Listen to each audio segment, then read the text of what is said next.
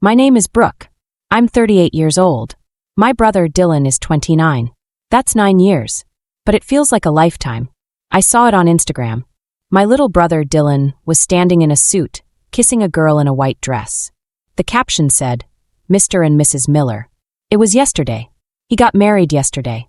My hands were shaking so badly I dropped my phone. I picked it up and called him. Straight to voicemail. I called again. Voicemail. I called 10, maybe 15 times, until finally someone answered. It wasn't Dylan's voice. It was her. Haley. Stop calling Brooke, she said. Her voice was cold. Where's Dylan? Why? Why wasn't I invited? I heard my brother's voice muffled in the background, but he wouldn't come to the phone. He just let her speak. Haley laughed. It was a sharp, ugly sound. Listen to yourself. You're pathetic, she said. We don't want you there. This is our life now. Then she hung up. Just like that, 15 years of my life, everything I sacrificed for him, everything I gave up, it all shattered. I wasn't his sister anymore. I was just pathetic. But before I tell you how everything flipped and subscribe, drop a comment, where are you watching from? My name is Brooke. I'm 38 years old. My brother Dylan is 29. That's 9 years. But it feels like a lifetime. When our mother died, I was 23. Dylan was just 14. I remember standing at the funeral, watching him. He was this skinny kid, swimming in a suit that was too big for him. He wasn't crying. He was just staring. He looked lost.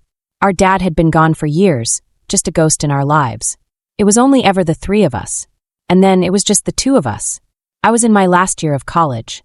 I was studying to be a history teacher. I had a boyfriend. I had plans. I looked at Dylan, clutching a program with Mom's picture on it, and I knew in that single moment that all of my plans were gone. I dropped out of school the next week. The university said I could defer, but I knew I would never be back. I sold my textbooks. I broke up with my boyfriend. I moved us out of our expensive apartment and into a small, 2-bedroom place with thin walls. And I went to work. I got a job waitressing at a diner from 6 a.m. to 2 p.m. Then I had a bookkeeping job for a local plumber from 3 p.m. to 9 p.m. I would come home, my feet aching and my clothes smelling like coffee and grease, and I would check Dylan's homework. Did you study for your algebra test? I'd ask. Yeah, whatever, he'd mumble, his eyes glued to a video game. Don't whatever me, Dylan. Show me. He would sigh, this huge, dramatic teenager sigh. He would tell me I was annoying. He would tell me I wasn't Mom. He was right. I wasn't Mom. Mom was soft. Mom was patient. I was tired. I was 23 and I felt like I was 50. I wasn't raising a brother. I was raising a son, and I was doing it all wrong. But I was the only thing he had. I made a silent promise to our mother's memory. I will not let him fail. I will give him the life you wanted for him. So I pushed. I paid for his food, his clothes, his school supplies. When he wanted to join the football team, I paid the fees. When he tore his ACL, I paid the medical bills. I worked weekends. I worked holidays. I didn't date. I didn't see friends. My 20s just disappeared. They were a blur of double shifts, utility bills, and parent-teacher conferences where I was always the youngest parent in the room. Dylan grew up. He was smart. He was charming. And he got used to it. He got used to me being the safety net. He never had to worry about money. He never had to worry about where dinner was coming from. He just existed. And I just provided. He got into a great engineering school, the University of Texas. It was expensive. I remember looking at the tuition bill, the real one, not the financial aid estimate. It was more money than I had ever seen.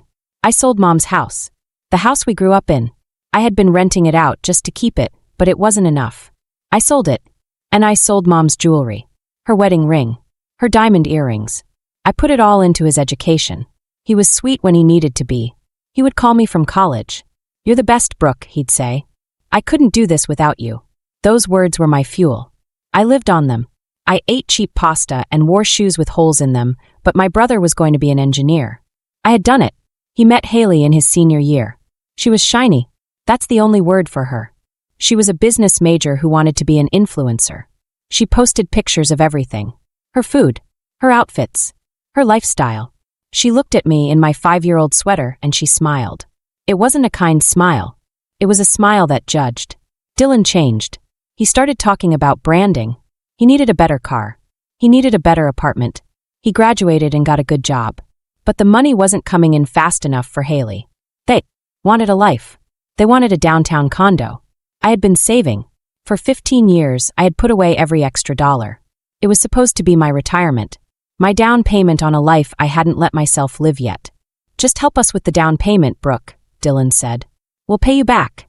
I promise. So I gave it to them. But their credit was terrible. Haley had defaulted on a bunch of student loans. The bank wouldn't approve them. They won't give us the loan, Dylan said. He sounded broken. Haley was crying in the background. So I did it. I bought the condo. $350,000. My name on the deed. My name on the mortgage. It's just until you get on your feet, I told them. You just pay me rent, and we'll call it even. That was 3 years ago. They paid me maybe half the time. They were always a little short. But I kept saving. Dylan had always wanted to see Europe. Mom had promised she would take him. It was the one promise I hadn't kept yet. So I opened a separate account. A $529 college savings plan, but I told him it was for travel study. I put $250 into it every single month, without fail, for years. I didn't even tell him when it hit $30,000. Then $35,000. It was going to be his graduation gift, but then he met Haley. So it became his someday trip. I was his sister. But I was also his parent, his bank, his safety net. And he had just gotten married, on a sunny day without me. He let his new wife pick up the phone and call me pathetic. I was sitting on my old linoleum kitchen floor. The phone was dark in my hand. Pathetic. The word was just hanging in the air. It felt heavy. This had to be a joke. A sick, cruel, terrible joke. Dylan loved me. I knew he loved me. He was just weak. Haley had forced him into this. My hands were still shaking, but I pressed the call button again. I had to hear his voice. I had to hear him tell me this was a mistake. It rang once. Haley answered. Oh my God, she snapped. Her voice was like ice. What do you want? Are you obsessed? Haley, please, I begged. My voice cracked. It sounded small. Please, just let me talk to Dylan. This isn't funny. What is going on? What did I do wrong? There was a muffled sound. A hand over the receiver. I heard her say, babe, she's crying. It's so sad. Then her voice was clear again, sharp and loud. You're on speaker, Brooke. Dylan's right here. Tell her, babe. Tell her what we talked about. A long, terrible silence. It stretched on for 10-15 seconds. I could hear my own breathing. Then his voice. Brooke, just calm down. That was it. Calm down. Not I'm sorry. Not there was a mistake. Just calm down. Calm down. I whispered. Dylan, you got married. You got married yesterday and you didn't tell me. I'm your sister. I raised you. Why? Just why? I was crying now. Hot, quiet tears running down my face. I hated that they could hear it. Haley burst in. Why? You really want to know why? Because you smother him. That's what you do. You've been controlling him his entire life. Controlling him? I was so confused. What are you talking about? I paid his rent. I paid for his food. I paid his tuition. I raised him. Exactly, she shouted. You hold it over his head.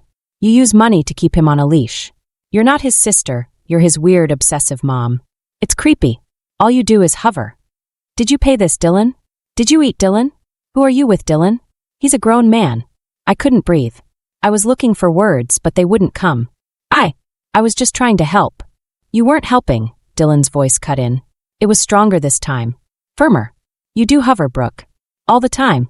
I'm 38. You're 29, Dylan, I whispered. I'm a grown man, he snapped. I don't need you checking in on me every day. Haley's right. I need my own life. We need our own life. I heard a faint click sound, like a notification. And then I heard Haley's voice shift. It got sweeter. Fakery dripped from every word. Brooke, we just want what's best for us. As a new family. We knew you'd make this a drama. We knew you'd try to make it all about you. I realized what that click was. She was recording this. This wasn't a phone call. This was content.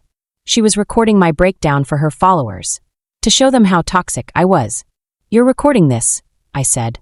It wasn't a question. And speaking of what's best for us, babe, Haley said, completely ignoring me. Tell her about the Europe fund. Dylan mumbled something. Haley let out a loud, theatrical sigh. He's just too nice. That $35,000 you saved up for his little trip? We're cashing that out. My blood went cold. What? Dylan, no. You can't. That's for your future. That's Mom's. We're using it for our honeymoon, Haley declared. A real one. To Bora Bora. And we're using the rest to pay off my student loans. It's only fair. It's a wedding gift. From you to us. You can't, I said, my voice flat. It's a 529 account. It's for education. For travel. You'll pay a huge penalty. Haley laughed. A high, sharp, ugly laugh. We'll figure it out. You're supposed to be so smart, but you're not, are you? You dropped out of college, remember? To work at a diner. That was it. She used the one thing I gave up for him as a weapon against me. I listened. I heard my brother, the boy I raised, say absolutely nothing. He didn't defend me. He didn't stop her. He didn't say, that's too far. He was a silent partner to my execution. We're blocking this number now, Haley said brightly. We're going to go enjoy our marriage. Have a good life, Brooke. Or, whatever it is you have. The line went dead.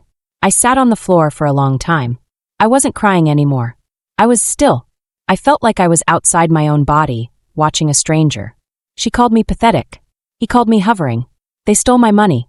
They stole my past. They stole my family. And they were recording it. They were proud of it. I stood up. My legs were numb. I walked to the hook by the door and I picked up my car keys. I had to see his face. I had to see the boy I raised and ask him, eye to eye, how he could do this. The drive to the condo was 40 minutes. I don't remember any of it. I don't remember the traffic. I don't remember the radio. I just remember my knuckles were white on the steering wheel. I wasn't angry. Not yet. I was just empty. I was on autopilot. I had to fix this. This was a mistake. A misunderstanding. If I could just see him, just talk to him without her on the phone, I could make him understand. I could fix it. I had always fixed it. I parked in my spot. The one I paid the HOA fees for. I walked up the stone path past the little garden Haley was always posting pictures of, but never watered. I still had my key. The one I bought. The one I gave them a copy of. My hand was shaking as I put the key in the lock. Before I could even turn it, the door swung open. Haley was standing there. She wasn't surprised. She was waiting for me. And her phone was up. Horizontal. Recording. Oh, look, she said. Her voice was pure poison, coated in fake pity. She's here. I told you she'd show up, babe. She just can't let go. I looked past her. My condo was filled with stuff. White boxes with big white bows. A brand new espresso machine on the counter. A giant 80-inch TV mounted on the wall. Flowers. Champagne bottles. Wedding gifts. Gifts from her family. From their friends. A life I had no part in. Dylan came around the corner. He was holding a glass of champagne. He was wearing a new silk robe. He froze when he saw me. He looked small. Guilty. Dylan, I said. My voice was flat. I was amazed it came out at all. We need to talk. Now. He doesn't want to talk to you, Brooke. Haley stepped forward, blocking the doorway. She pushed her phone closer to my face. The little red record light was on. You are trespassing. I am recording this. You are harassing us on our honeymoon. This is my condo, Haley. I said, my voice low. I am not trespassing. Haley let out a sharp gasp. A performance. See what I mean? My condo. My money. It's always yours. You are a financial abuser, Brooke. That's what you are. And we're not going to take it anymore. A door across the hall cracked open. Mrs. Rodriguez from 3A. She poked her head out. Her own phone was in her hand. Another door. The young couple from 3B. They were standing in their doorway, watching. Filming. My gut twisted. This was a show. She wanted this. She had probably called them. I ignored her. I looked right past the phone, right past her smiling, cruel face, and I looked at my brother. He was the only person in the world I cared about. Dylan. I said his name. I tried to put every bit of our history into that one word. The football games. The late-night homework. Mom's funeral. Dylan. Tell her to stop. Tell them all to stop. Let's just talk. Please. Just you and me. He wouldn't look at me.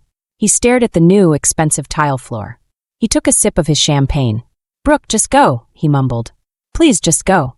You're embarrassing us. You're making a scene. Embarrassing them. That was the word. Not the pathetic on the phone. Not the creepy. It was that. You're embarrassing us. I had spent 15 years of my life making sure he was never embarrassed. I made sure he had the right Nikes, the best laptop, the brand new textbooks so he wouldn't be the poor kid with the dead mom. I worked 80-hour weeks so he would never feel shame. And I, standing on the doorstep of the home I paid for, was embarrassing him. In that moment, something inside me didn't just break. It set. It became hard. Like concrete. Haley was still talking. She was on a roll. Yeah, Brooke. Go. We want our independence. You get it? We don't need you. We don't want you. Dylan's with me now. He has a new family. I looked at her. I looked at the phone recording my face. I looked at Dylan, who was still hiding behind her, in his silk robe. I looked at the neighbors, who were getting all the content they needed. I didn't say a word. I didn't yell. I didn't scream. I didn't cry. I just turned around. That's it? You're leaving. Haley shouted at my back. She sounded disappointed. She wanted a fight. She wanted me to fall apart. I just kept walking. I didn't look back. I heard her word echoing in my head. Independence. I got into my car. I sat there for a long, quiet minute. The neighbors were still watching from their windows. I started the engine. Okay, I said to the empty car. My voice was perfectly calm. You want independence? You got it. My apartment felt different when I got back. It was small. The furniture was old. The kitchen floor was a peeling yellow linoleum. But it was mine. Everything in it was mine. I didn't pace. I didn't scream. I didn't cry. I went to the kitchen. I made a cup of black tea. I sat down at my small, wobbly desk. I opened my laptop. It was an old model. It was slow to boot up. I'd been using it for 6 years because Dylan needed a new MacBook for his engineering classes. I opened a simple text file. I typed one word at the top, Dylan. Then I started a list. I logged into my bank. I pulled up the mortgage statement for the condo. Primary owner, Brooke Miller. Loan holder, Brooke Miller. I looked at the HOA payments. Automatic draft, Brooke Miller's checking account. I typed, condo $350,000. Paid by Brooke. I logged into the 529 travel fund. Account owner, Brooke Miller. Beneficiary, Dylan Miller. Balance, $35,281.40. I saw the change beneficiary button. I saw the withdraw funds button. I typed, 529 fund, $35,281. Paid by Brooke. I logged into the account for his car. The nice, new sedan he drove to his new job. I looked at the loan document. Primary signer, Brooke Miller. Secondary signer, Dylan Miller. I was paying the $420 every month. He was supposed to pay me back for it. He forgot most months. I typed, car loan, $420 per month. Paid by Brooke. I logged into the electric company website. The internet provider. The water bill for the condo. All in my name. All pulling from my bank account. I typed, utilities, $350 per month. Paid by Brooke. I logged into my Netflix account. My name. My credit card. Who's watching? It asked. Brooke. Dylan. Haley. I checked my Spotify account. A family plan. I was the owner. Dylan and Haley were the members. Amazon Prime. My account. His address was listed as a family address for free shipping. I stared at the list. It was long. It was suffocating. This wasn't control. This wasn't hovering. This was life support. I wasn't the sister who hovered. I was the ground beneath his feet. And he and his new wife had just told me they wanted to fly. The next morning was Monday. I took a personal day. I called an attorney. A small firm, a woman named Ms. Evans. She specialized in property law. I sat in her quiet, professional office at 10 a.m. I didn't cry. I laid it all out. I bought a condo for my brother. My name is on the deed. His is not. He is living there with his new wife. They are not on a lease. They do not pay rent reliably. They have refused to let me in. I want them out. I want to sell it. She looked at the paperwork I brought. The deed. The mortgage statement. She didn't ask about the family drama. She just looked at the facts. Ms. Miller. Brooke, she said. Her voice was calm and firm. This is 100% your property. They are legally guests. And you are rescinding their invitation. We will send a formal notice to vacate. In this state, it's 30 days. If they refuse to leave, we file for a formal eviction. It's very clean. It's not complicated. Good, I said. What about the 529 account?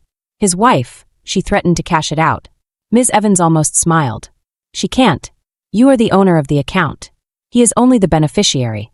She has zero legal standing. You can change the beneficiary to anyone you want. Yourself. A charity. It doesn't matter. Or you can withdraw the full amount. You'll pay a 10% tax penalty on the earnings, not the principal, but the money is entirely 100% yours. It is not a wedding gift. It is your asset. I felt a weight lift off my shoulders. This wasn't a family drama anymore. This was a business transaction. I thanked her. I paid her retainer. I went home. I made another cup of tea. I sat down at my laptop. And I began to click. Click 1, the fund. I logged into the 529 website. Change beneficiary. I typed my own name, Brooke Miller. I clicked submit. Then I clicked withdraw funds. Transfer to Brooke Miller's checking account. A warning popped up about the 10% penalty. I didn't care. I clicked confirm. Click 2, the subscriptions. I logged into Netflix. Manage profiles. Dylan. Delete. Haley. Delete. I logged into Spotify. Manage family plan.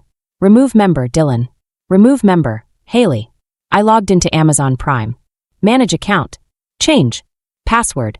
Click 3, the utilities. I called the power company. Hello, I'm moving. I'd like to stop service at 123 Main Street, Unit 3B, on the 1st of the month. And where will the new owner be sending the bill? The woman asked. I have no idea, I said. I did the same for the water, the gas, the internet, all of it, all to be shut off on the 1st. Click 4, the car. I called the auto loan company. I am the primary signer on this loan. The secondary user is in possession of the car and is refusing to pay. What are my options? They explained. I could either keep paying for it or I could report it. He can refinance it in his own name, the man said. I almost laughed. With his credit? Unlikely. Or you can surrender it, he said. We'll send a truck to repossess it. Let's do that, I said. Here is the address. Click 5, the condo. I called the top real estate agent in that neighborhood. Hello, I'd like to sell my condo at 123 Main Street. It is currently occupied. The occupants will be given 30 days' notice. They will be difficult. I want to sell it fast. The realtor sounded excited. The market is white hot. A unit like that? If you price it to move, we can have it in escrow in 2 weeks. Price it to move, I said. My attorney sent the formal notice via certified mail. But I sent one too. I sent an email to Dylan and Haley. I attached the 30-day notice. I wrote, per our conversation, I am granting you the independence you requested. You have 30 days to vacate the property at 123 Main Street. The condo is being listed for sale, and a for sale sign will be placed on the lawn tomorrow. All utilities will be disconnected on the 1st. The car loan is in default, and the bank will be repossessing the vehicle. The 529 travel fund is no longer in your name. This is a formal legal notice. Do not contact me. Brooke. Then I did the last thing. I went to my phone. I opened his contact. I pressed block. I did the same for Haley. I blocked them on Instagram, on Facebook, everywhere. I turned off my phone. I sat in my small, quiet old apartment. And for the first time in 15 years, I breathed. I thought that after I sent that final email, after I blocked their numbers, I would feel something. I expected a big, rushing feeling. Maybe anger. Or maybe a bitter, ugly taste of victory. I thought I would finally feel powerful. I didn't. I just felt quiet. It was the strangest feeling. For 15 years, my life had been loud. Not with music or parties, but with a constant, high-pitched background noise of anxiety. Is Dylan okay? Did he pay his car insurance? Is he eating? Is he fighting with Haley? It was a non-stop hum of stress, and I had lived with it for so long, I thought it was just life. And now it was gone. The silence was absolute. It was so total that it was almost deafening. I would wake up in the morning, and my first thought wasn't, I need to text Dylan. My first thought was, I should make coffee. The 1st of the month came and went. This was usually my worst day. The day all the automatic drafts hit. The mortgage for the condo. The HOA fees. The car payment. The utilities. My bank account would drain like a bathtub, leaving me with just enough to eat pasta and cheap bread for the rest of the week. I logged into my bank account. I held my breath. It was a habit. But nothing happened. The big, crushing drafts, they were just gone. My paycheck was just sitting there. All of it. The silence in my bank account was louder than any screaming match. The first real sign that the world was shifting was the money. The withdrawal from the 529 account hit my savings. $35,281.40. I looked at the number. It cost me about $1,200 in tax penalties on the earnings. I found I could not care less. It was the sound of a steel door locking. It was my money. The money I earned, sitting in my account. I had never seen a number like that attached to my name. A week later, my realtor called. I had met her once. She was a fast-talking woman in a sharp suit. Brooke, you are not going to believe this, she said. She sounded like she'd just won a prize. We haven't even officially listed it. I showed it to one client from an open house down the street. They're a cash buyer. They just relocated from California. I sat down. Okay. They're offering full cash. $20,000 over asking price. They want to close in 10 days. 10. Brooke, this is the cleanest deal I have seen all year. All you have to do is say yes. 10 days. I thought about the 3 years of hell in that condo. The fights. The forgotten rent checks. The drama. The way Haley had redecorated and acted like she was a queen. The scene at the front door. 3 years of my life, a $350,000 anchor around my neck. And it could all be gone. In 10 days. Yes, I said. My voice was a whisper. Yes. Sell it. Sell it now. I signed all the papers digitally. I didn't have to go back. I didn't have to see it. I didn't have to pack anything. The notice to vacate had given them 30 days. They had used, maybe 20 of them. The day the notice expired, my lawyer and the realtor went in. They were gone. 10 days later, a huge number appeared in my bank account. After the mortgage was paid off, after the realtor's fees, after everything, it was just there. It was more money than I had ever had in my life. It was a number so big it didn't feel real. It felt like I was managing someone else's life. I only looked at Haley's Instagram once. I couldn't help it. It was about a week after I had sent the email before the sale. I was weak. It was a compulsion. I just had to know. Her page was still public. She was an influencer. She needed the views. She had posted the video. The one from the condo door. The thumbnail was my face. Pale, shocked, empty. The title was, "My toxic sister-in-law tried to steal our home. The truth." I clicked it. My hands were cold. I watched it. I saw myself standing there, looking so tired and small. I heard her voice, sharp and fake, brimming with self-righteous poison. "You are trespassing. You are a financial abuser, Brooke. You are obsessed." I saw Dylan. I watched him, hiding in the background in his new, expensive silk robe. I watched him sip champagne. I watched him refuse to look at me. I heard his voice. "You're embarrassing us." I felt sick. My stomach twisted. The shame was so intense, it was physical. This was for the world to see. This was my pain, packaged as her content. But then, I did something I shouldn't have. I read the comments. Haley had left them on. It was a fatal mistake. The first dozen were from her fans. "OMG Haley, stay strong. You're so brave. She's a nightmare. I can't believe she'd do that. So toxic. Good for you for setting boundaries." But then the tide started to turn. One person, a random stranger, wrote, "Wait, I'm confused. She bought the condo? Your name isn't on it. So, it's her condo? How is she stealing her own home?" Another wrote, "Financial abuser? Didn't you post a haul video last year where you bragged that she paid for Dylan's whole college degree? LOL. Make it make sense." Another, "Hold on. She's toxic because she doesn't want to pay your bills anymore? Girl, what? Get a job. The entitlement is screaming." Another, "I know Brooke from her old job at the diner. She worked 70 hours a week for years to support that kid. This video is disgusting. You're the toxic one, Haley." Haley was frantically trying to delete them, but they were coming in too fast. People were screenshotting her old posts, the ones where she bragged about her generous sister-in-law paying for their ski trips. Her brand was built on a lifestyle she hadn't paid for, and now the receipts were public. Her narrative was falling apart in real time. Her next post, a few days later, was a picture of her crying. It was a very well-lit, beautifully composed picture. The amount of hate I'm getting is unreal. We are the victims here. We are being thrown out on the street by a jealous, bitter, and controlling woman. We are postponing our honeymoon to deal with this trauma. Please support us. Link in bio for our legal fund. I clicked the link. It was a GoFundMe. The goal was $50,000. It had raised $75. That was the last time I looked. I blocked her. I blocked Dylan. I blocked everyone we knew in common. I shut the door. But the world is small. My old coworker, Carol, the one from the diner, still lived in that condo building. She called me about a month after the sale. "Brooke? Honey, it's Carol. I wanted to make sure you were okay," she said. Her voice was kind. I saw the whole thing. The for sale sign. The eviction notice on the door. It was a whole mess. "I'm fine, Carol." "I am," I said. "I'm out." "Well, good for you," she said, her voice dropping. Because it was a disaster. The new owners, they're a nice couple from California. They had to hire a junk crew. A professional junk crew, honey. The place was a disaster. They just left. Left everything. Food rotting in the fridge. Trash bags on the porch that had been ripped open by raccoons. The smell. Mrs. Rodriguez said it was awful.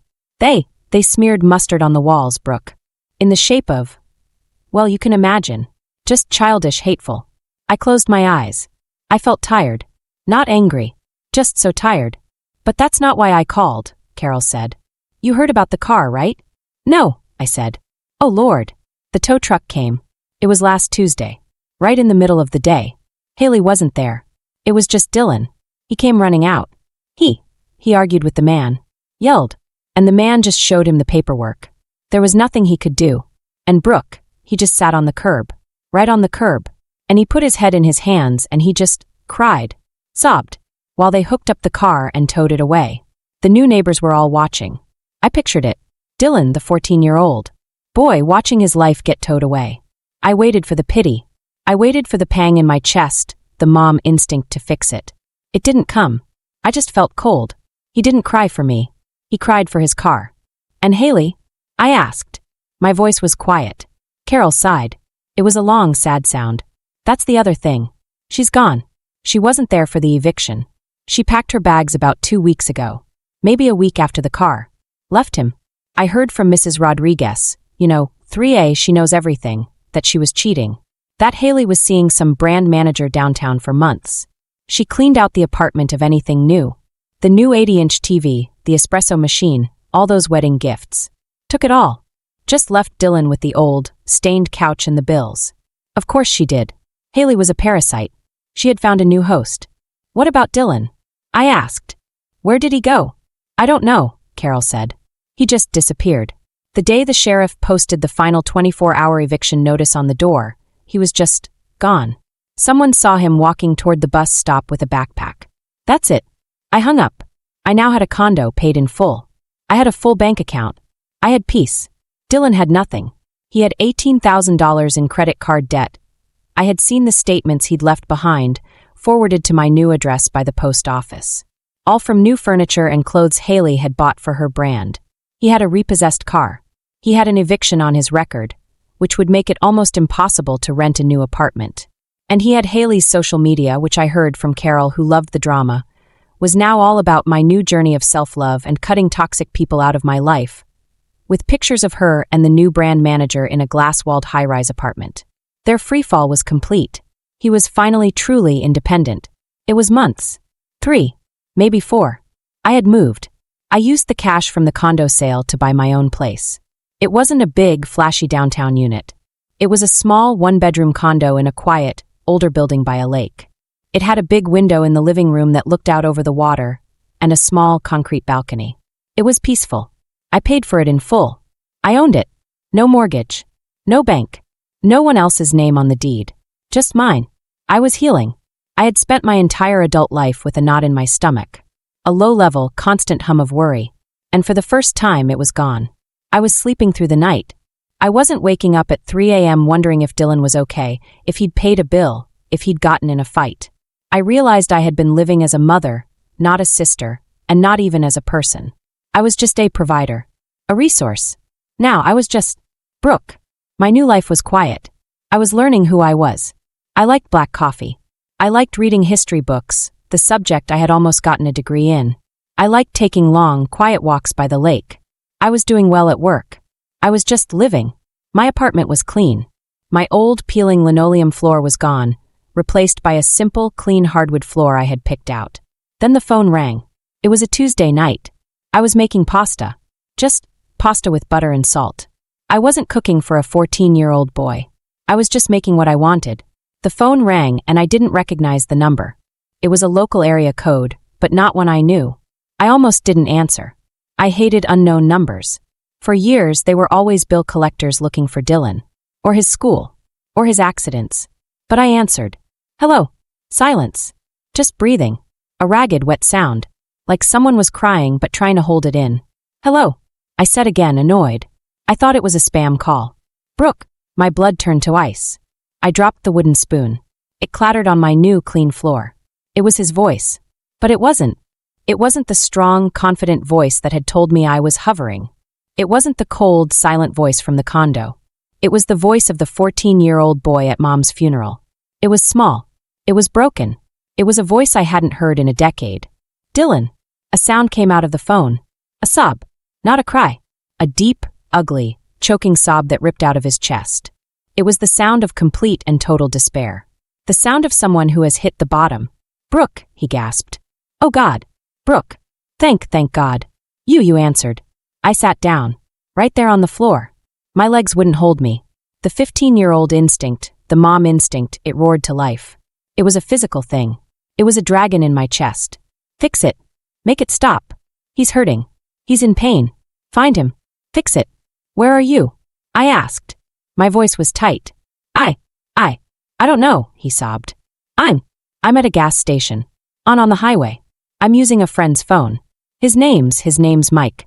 He's gonna leave me here if I'm not fast. He's mad at me. Dylan, what is going on? What do you want? She's gone, Brooke, he cried. Haley's gone. She left me. Months ago.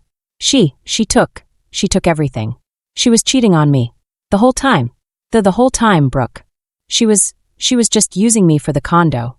For your money. I stayed silent. I let him talk. I lost the job, he said, his voice cracking. After the eviction. They said I was unreliable. I couldn't focus. They let me go. I have no money, Brooke. Nothing. The credit cards. There, it's so much. It's $18,000. They're calling me. They're calling me all day.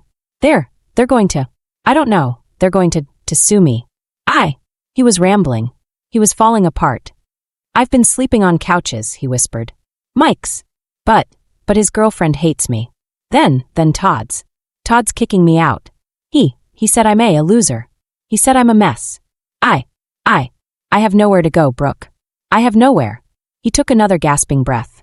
I'm so hungry. That was the one. That was the knife. It twisted right in my gut. I'm so hungry. The 23-year-old who worked at a diner just to buy him groceries. The 28-year-old who packed him care packages for college, full of ramen and granola bars, so he'd never be hungry. He's hungry. Fix it. Fix it. Fix it. My hand was already moving. I was thinking, where is he? What gas station? I can send an Uber. I can get him food. I could see him. Skinny. Scared. Sitting on a cold, oil-stained curb at a gas station. Brooke, please, he begged. His voice was the smallest thing I'd ever heard. Please, I'm so sorry. I know. I know what I did. She made me. I never. I love you. You're my sister. You're my mom. You've always been. Please. I'm scared. I'm so scared. He was quiet for a second. I just heard him breathing, and the sound of a car horn in the background. Then the ask. The real reason for the call. Can I come home? He whispered. Not forever. I swear. Just for a little while. I can sleep on your couch. I'll get a job. I'll pay you back. I promise. I have nowhere else to go. Please, Brooke. Don't let me be on the street. Please. It's getting cold. I closed my eyes. The dragon in my chest, the mom instinct, was screaming. It was telling me, you are a monster if you say no. He is your blood. He is your boy. You are the only one left. You promised, Mom. I saw him. The hungry boy on the curb. And then, I saw another image. It was just as clear. I saw the 29-year-old man in the silk robe. I saw him standing in my condo, holding a glass of champagne, surrounded by his wedding gifts. I saw him, looking at me with pure annoyance.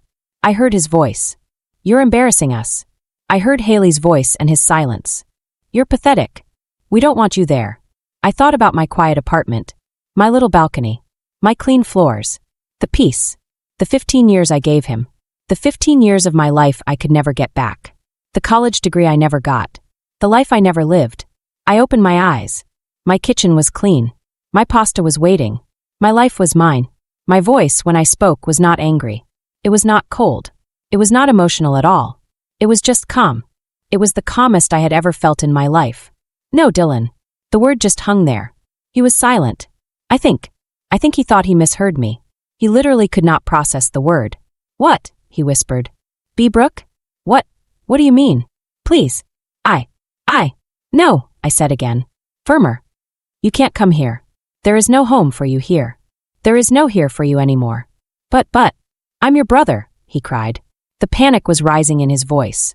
He was losing his last option. I have nothing. You can't do this to me. You're my sister. You did this, I said. My voice was so steady. I didn't recognize it. You made your choice. You stood in that condo and you chose her. You let your wife record me. You let her call me pathetic. You told me I was embarrassing you. You said you wanted your own life. You wanted independence. But I didn't mean it, he screamed into the phone. I was stupid. I made a mistake. A huge mistake. Please. Yes. You did, I said. And now you have to live with it. I am not your safety net anymore. I am not your bank. And I am not your mother. I am done. I took a deep breath. You wanted to live without me. Now you can. I heard a muffled sound. His friend. Dude, I gotta go. Now. No. Wait. Dylan screamed. It was a sound of pure terror. Brooke. Don't hang up. Please. I love. I hung up. I pressed the red end call button. My hand was shaking. But I did it. And then I went to my contacts.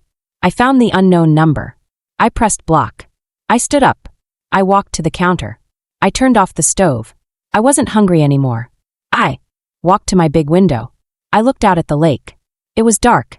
The water was still. I sat there in the dark for a very, very long time. I was not crying. I was not happy. I was not victorious. I just felt empty and finished. The 15-year-old story was over. The 14-year-old boy I raised was, for all I cared, gone. He had died in that condo. This was just a ghost. And I was finally truly free. The thing they don't tell you about revenge is that the best kind isn't loud. It's not a fight. It's not a big, dramatic gotcha moment. It's not about making the other person suffer. The best revenge is just breathing. It's just living. It's taking all the energy you poured into them and pouring it back into you. After that last phone call, something in me was finished. The guilt, the obligation, that 15-year-old chain. It was gone. I had been carrying him for so long, I didn't realize how heavy he was. He wasn't just a person. He was a second mortgage on my soul. Every decision I made, from what car I drove to what I ate for dinner, was calculated around him. Can I afford this? No, Dylan needs new tires. Can I take a day off? No, Dylan's tuition payment is due. And now, I was light. I went to work. I had been a bookkeeper at the same plumbing supply company for 15 years. I was just Brooke, the quiet woman in the back office. The one who never took vacations. The one who always looked tired.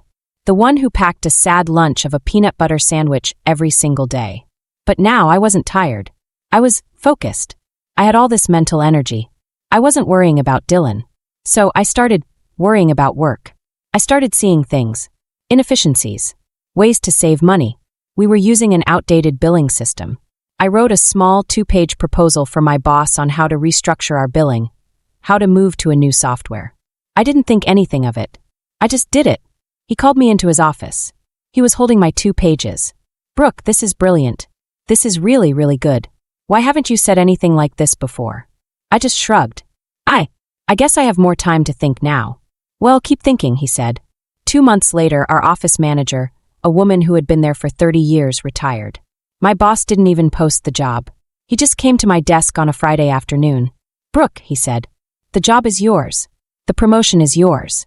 You've earned it. It was a raise. A big raise. It was more money than I had ever made. I had money. I had the money from the condo sale, which I hadn't touched. It was just sitting there, earning interest. And now I had a better salary. I had no debt. My tiny 1-bedroom condo was paid for. For the first time in my life, my money was my money. I started to buy things. It felt strange. It felt wrong. Like I was being selfish. The first thing I bought was a brand new mattress. I had been sleeping on the same lumpy, secondhand mattress for 12 years. I went to a store. I laid on 5 of them. I picked the one I liked and I paid for it. In cash. It was delivered the next day. I slept on it and I cried. I cried for 20 minutes. It was so comfortable. And then I bought sheets. Sheets with a high thread count. Not the cheap, scratchy ones from the discount store. I bought a coffee machine that ground the beans. I bought a set of new, heavy white dishes. Not the chipped, mismatched ones I'd had since my first apartment. I bought a new robe. A soft, warm fleece one. Not a silk one. Just a comfortable one. I bought a plant. A big, leafy fiddle-leaf figure. Then I bought 10 more. My little condo started to look like a jungle. It was peaceful.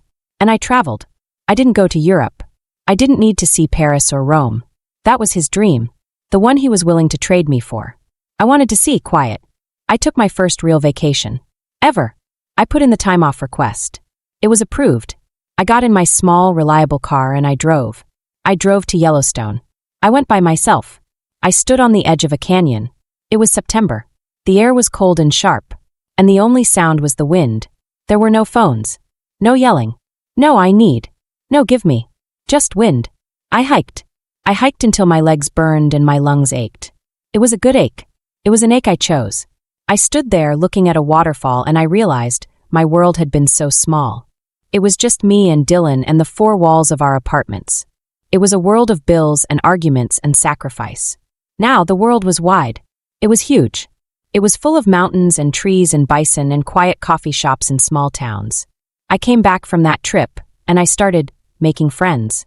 It was awkward. I was 38 years old and I didn't know how to talk to people about nothing. I didn't know how to have a conversation that wasn't a crisis. I joined a hiking club. I showed up on a Saturday morning. There were people. They were nice. They asked me what I did. I told them. They asked me if I was married. I said no. They didn't ask why. They didn't pry.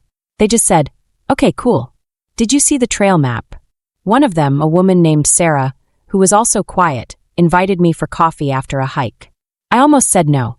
My instinct was to go home, to be alone. But I said yes. We just talked. About books.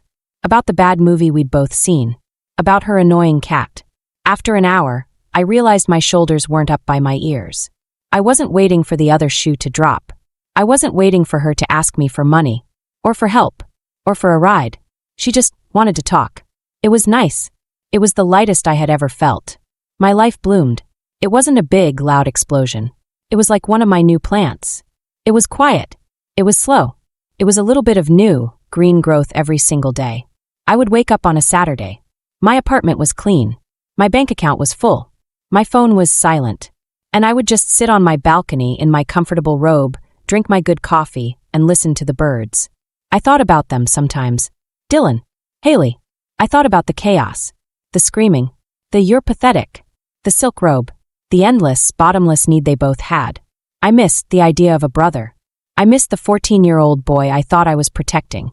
But I missed nothing about the chaos I left behind. This new quiet? This was so much better. This was my life. And I was finally living it.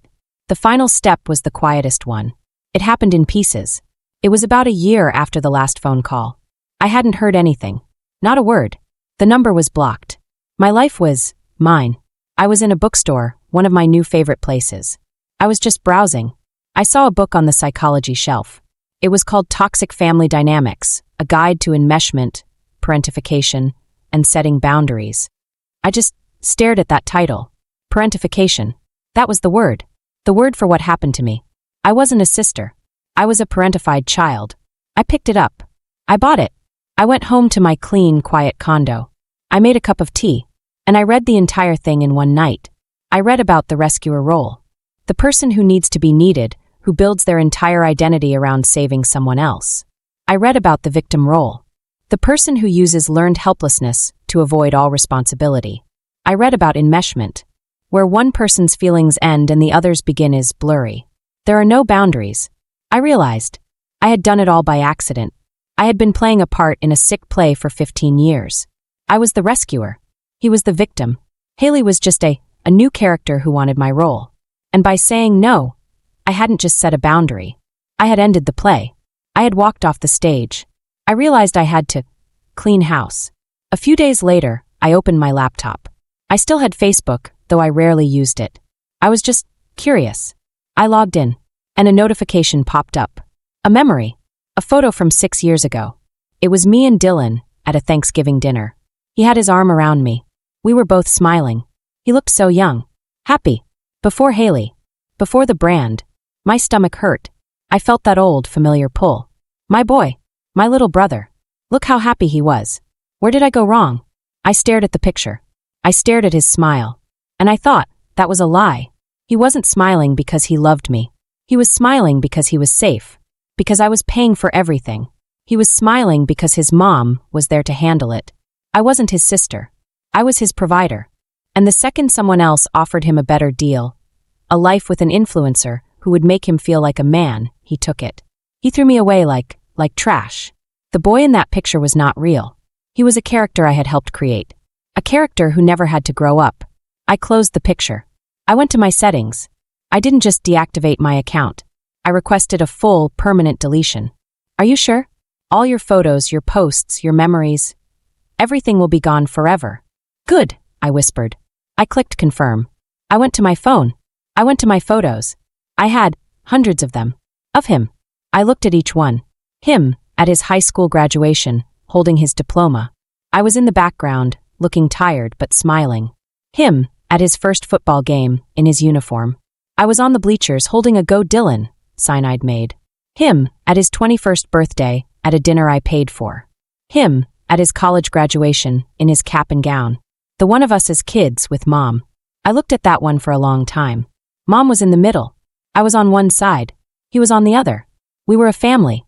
I felt a sharp pain, like cutting off a phantom limb. Then I pressed delete. I went to the next one. Delete. And the next. Delete. It was a purge. It took an hour. I deleted every trace of him from my digital life. This wasn't anger. It was cleaning. It was sweeping out the last of the dust.